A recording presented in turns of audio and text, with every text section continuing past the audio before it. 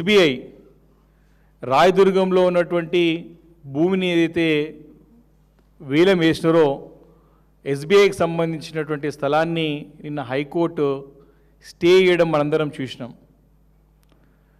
అసలు ప్రభుత్వం real estate దందా చేసుకుంటూ గడిచిన 30 నెలల్లో 12,000 కోట్ల రూపాయల విలువైన భూములని అమ్మినడు ఈ ముఖ్యమంత్రి, అసమర్థ ముఖ్యమంత్రి రేవంత్ రెడ్డి గారు.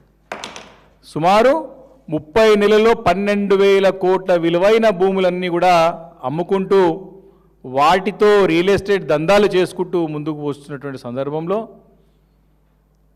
అమ్మిన భూమినే గతంలో 2010లో అప్పుడున్నటువంటి ప్రభుత్వం అమ్మిన భూమినే ఎస్బీఐకి ఇర్రివోకబుల్ మరి అన్కండిషనల్గా అమ్మిన భూమినే మళ్ళీ తిరిగి మరి ఈ గత నెలలోనే చూసినాం. మనం ఆ భూమిని మళ్ళీ అమ్మినట్టు ఈ వేలం ద్వారా అమ్మినట్టు చూసినాం.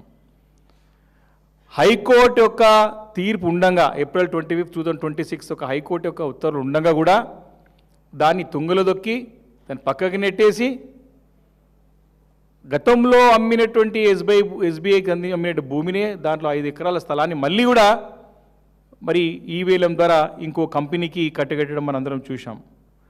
అంటే దీన్ని ఏమంటారు?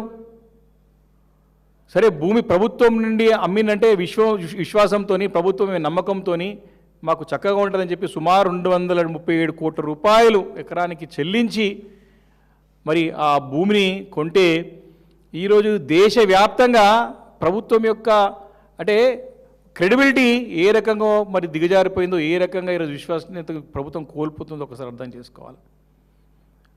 రేవంత్ రెడ్డి అనేటువంటి నాయకుడు బయట మోసం చేసుకోగా రియల్ ఎస్టేట్ దందాలో ఎన్ని తప్పుడు డిసిషన్లు చేసిండా, ఎన్ని దొంగ అగ్రిమెంట్లు చేసుకుంటా, ఎన్ని బ్లాక్మెయిల్ చేసి చేసుకోకపోగా ఈరోజు ముఖ్యమంత్రి బాధ్యతలు ఉండి కూడా ఇంత పెద్ద నేరం తప్పుని మరి అధికారికంగా చేయడం అనేది సిగ్గుచేటు. దాన్ని హైకోర్టు తప్పుపడుతూ నిన్న చెంపపెట్టు లాంటి తీర్పు ఇవ్వడము ఈ ప్రభుత్వానికి ఇప్పుడైనా కళ్ళు తెరవాల్సిన అవసరం ఉందని చెప్పి ఈ సందర్భంగా వారిని నేను హెచ్చరిస్తా ఉన్నాను.